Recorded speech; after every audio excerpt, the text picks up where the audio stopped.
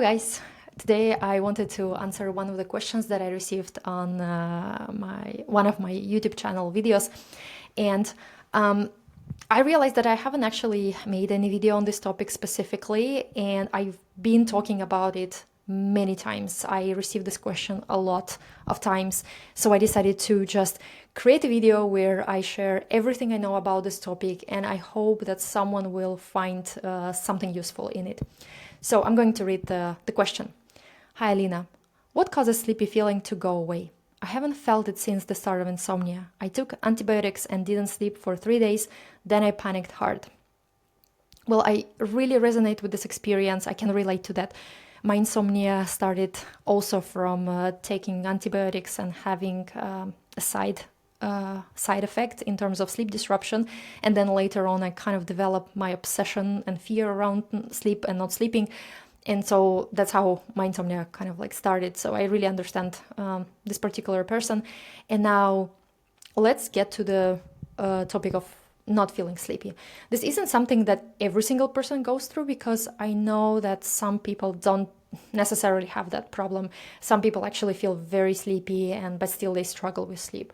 But there are a lot of people who actually have this sense that they somehow lost sleepiness. And I understand why it feels scary, because we would assume that the less we sleep, the sleepier we get, right? It feels logical. And for me, that was also a big confusion part. But what I came to realize is that our fear of not sleeping increases our alertness, our hyper-awareness, hyperarousal. And therefore, when we don't feel safe, when we are in the fight or flight mode, it's only natural that we don't feel particularly sleepy. And if you think of any situation where we didn't feel safe, it's logical that we couldn't even imagine how sleep can happen in those moments, because we are not feeling safe. And similar things happens when we are facing our sleep anxiety and our bedtime. It's normal that we had some traumatic experience with insomnia, not sleeping, and therefore our brain perceives nighttime and wakefulness as something that is dangerous, or somehow like it should be somehow managed and avoided. And therefore our alertness, our hyperarousal goes up, masking our natural tiredness. So in reality, the tiredness, the sleepiness, it's already there, right? We have already the sleep drive and everything, but it is just temporarily masked under the layer of hyperarousal, and therefore we might not feel particularly sleepy. But the good news is that as the journey of recovery unfolds, and as our hyperarousal levels go down, that sleepy feeling eventually emerges and shows up again. So we don't need to worry that this is going to be our experience for the rest of our lives. I thought of it that way. I thought that I'm never going to feel and experience my nights the way I did before insomnia, but here I am. So I just want to give people hope that just because we now don't feel particularly sleepy doesn't mean that we are not able to feel that feeling anymore. So I hope that it makes sense so far, that why there's seemingly we don't feel sleepy. And now the idea that I want to introduce you might sound a little bit strange, because this is not something that is widely discussed. Over the course of my recovery journey, I learned that how sleepy I feel does not actually match how well I sleep. And maybe this is something that you can also recall from your maybe pre-insomnia experience, where maybe you had a very exhausting day, you were physically drained, tired, and you were so sure that you're just going to crash and just sleep until noon next day.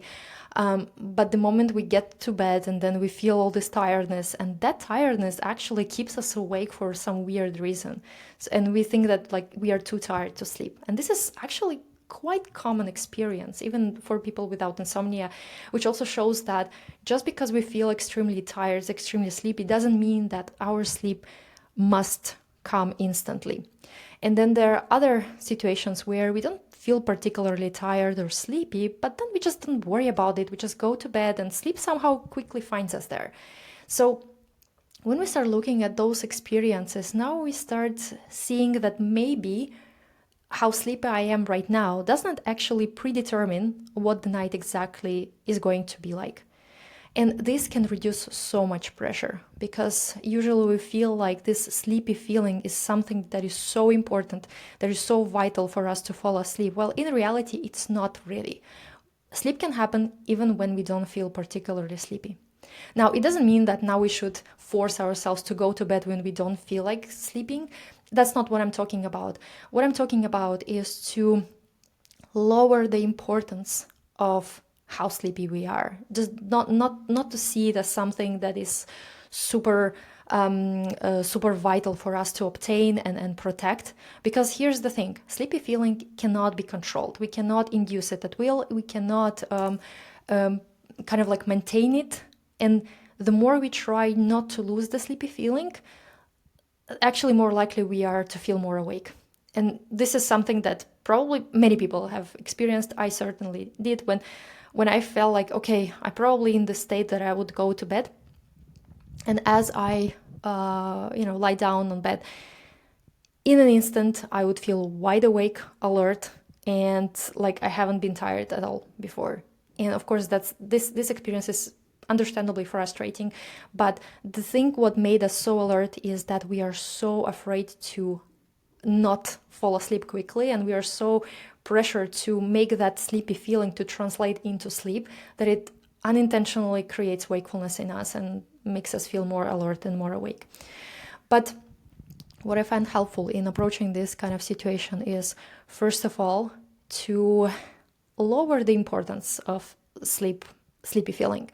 As I said earlier, we might feel super sleepy and sleep can still take a while. We might not feel particularly sleepy and just feel like, just want to rest, and then sleep can find us there. So we don't have to really chase so much this feeling. It's not as important as we think it is.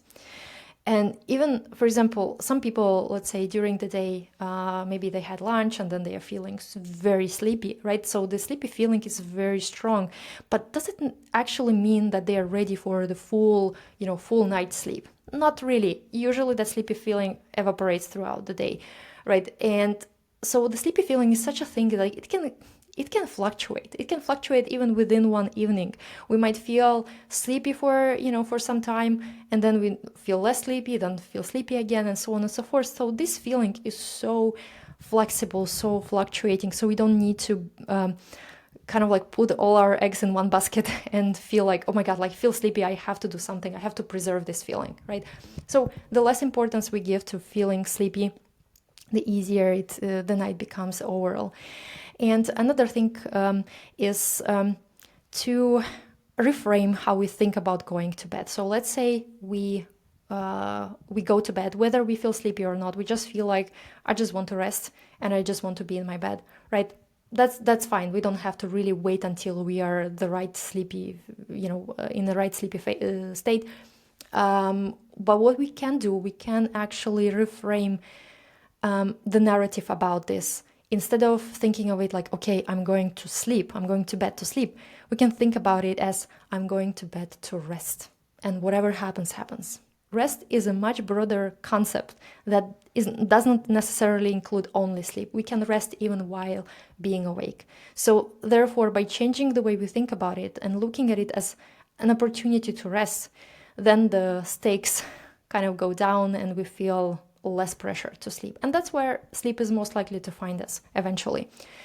And another thing that I want to say is that, yes, this feeling might be kind of shy for a while. Maybe for a while it will come and then we feel kind of like anxious about it, and then it goes away and then it comes again. So it's going to be fluctuating like that. Our only task is to keep being willing to experience whatever night brings to us, not necessarily thinking that just because I'm not feeling sleepy right now, I'm not going to sleep at all, because we never know that. Sleep can still come even if we don't feel super tired, super sleepy.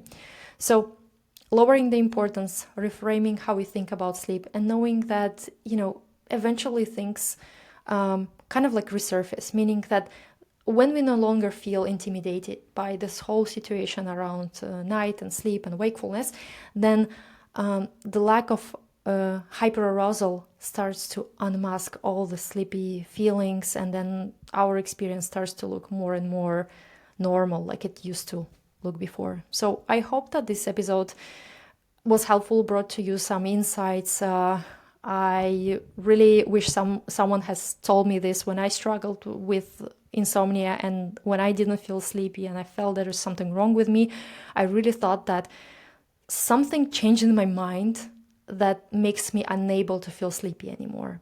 But in reality, that was hyperarousal, that was like keeping me alert, awake, and there is a way out of it. So I hope this was helpful. Have a nice day.